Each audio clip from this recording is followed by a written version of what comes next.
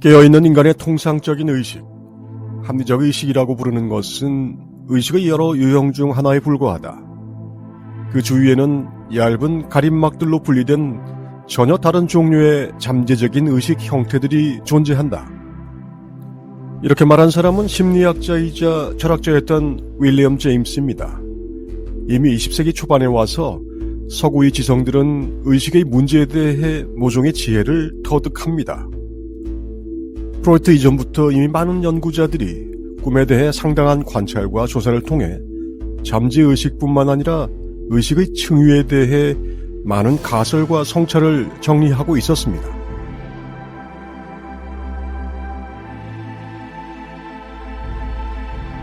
의식의 층위에 대한 여러 용어들은 서양의 중세에 해당하는 대승불교의 유식학에서도 충분하게 발견할 수 있지만 어쨌거나 현대 문명과 결합한 것은 이때였던 것 같습니다. 그리고 그루지예프는 이런 상황에서 아주 명료하게 인간의식의 기본적 층위들을 정의했고 이 내용은 서구 지성들에게 상당한 영향을 미치게 됩니다. 아마도 서양권에서는 성경 이후로는 처음으로 이른바 깨어있음에 대해 명확하게 정의한 것이 그루지예프가 아닐까 생각되는데요. 이건 아주 간략하게 정리해 볼 수 있습니다.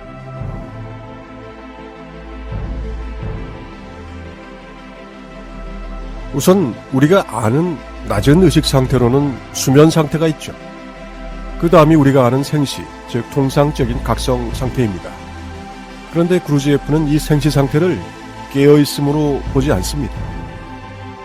우리는 밖을 돌아다니면서 일을 하고 외부 자극을 받으면 학습과 본능에 각인된 프로그램을 따라 재빨리 반응하지만 그나마 자고 있을 때와 비교해서 상대적으로 각성한 상태라는 뜻일 뿐입니다.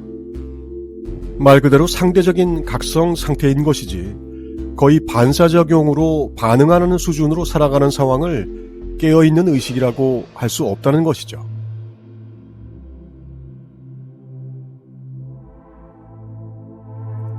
오히려 어느 정도 의식이 깨어있게 돼 스스로의 상태를 적극적으로 관찰하기 전까지는 이게 잠자는 상태와 별로 다르지 않다는 것을 인식하기가 어렵다고 할 수 있습니다.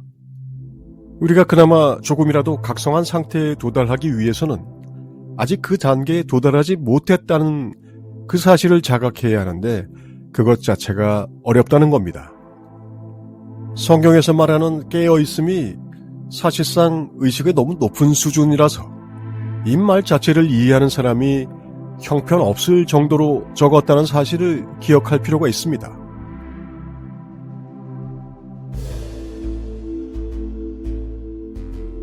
그루지예프가 전해주는 중요한 힌트는 이렇습니다. 우리가 스스로를 자각하고 있다는 잘못된 확신이야말로 깨어있는 의식으로 가는 길을 가로막는 큰 장애물이라는 겁니다. 그루지예프는 이 장애물을 넘어선 후에야 의식의 세 번째 상태인 자기 기억하기에 도달하고 그것이 자기의식이라고 말합니다. 여기까지 와야 깨어있다는 것 자체에 대해서 말할 수 있습니다. 그리고 이 상태에 도달해 누리는 것과 어쩌다 한번 체험하는 것은 또한 전혀 다른 상황입니다. 사람에 따라서는 심령적인 체험을 통해 깨어있는 상태에 접근할 수도 있지만 이것은 그야말로 자다가 잠깐 깬 상태라 지속적으로 유지되지 않아서 자기 의식이라고 할 수가 없죠.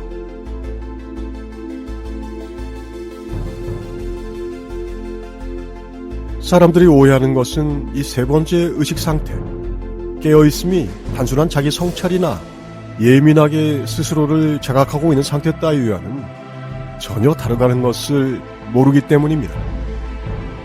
불교에서는 이것을 수분각, 이른바 보살의 초입에 이른 상태로 명하고 이런 체험이 실제를 흘끗 보았다는 뜻에서 일견이라고 하기도 합니다.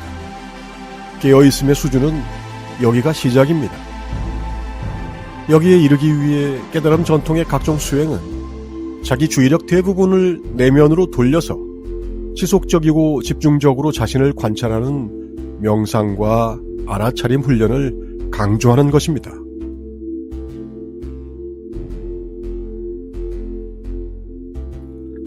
그리고 그루지예프가 말한 네 번째 상태이자 가장 고차의 의식 상태인 객관적 의식이 바로 우리가 흔히 말하는 깨달음 의식입니다.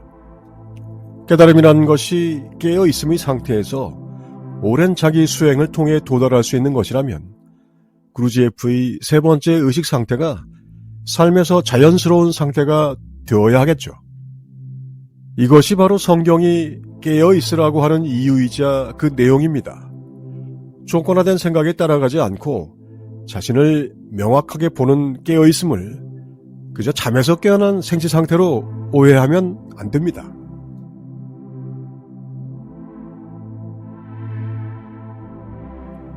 깨어있음, 이것이 바로 오직 내 마음의 경계를 보는 각성이고 바깥의 세상에 휘둘리지 않는 연기적 각성이며 이것이 영적으로 살아있는 유일한 상태인 겁니다.